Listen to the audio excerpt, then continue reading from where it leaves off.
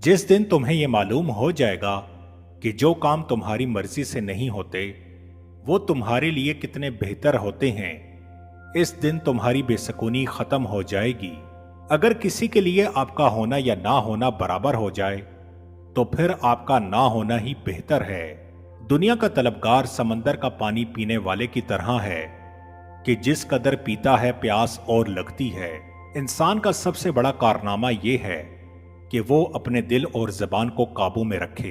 गुस्से की हालत में कभी भी बुरे अल्फाज इस्तेमाल नहीं करने चाहिए।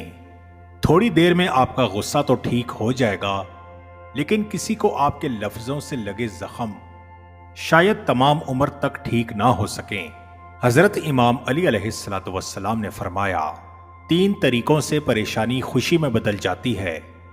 खामोश रहना, खामोश रहने से परेशानी कम हो जाती है। सब्र करना, सब्र करने से खत्म हो जाती है। शुक्र करना, शुक्र करने से खुशी में बदल जाती है। किसी की पहचान इल्म से नहीं होती बल्कि अदब से होती है, क्योंकि इल्म तो इब्लीस के पास भी था लेकिन वो अदब से महरूम था।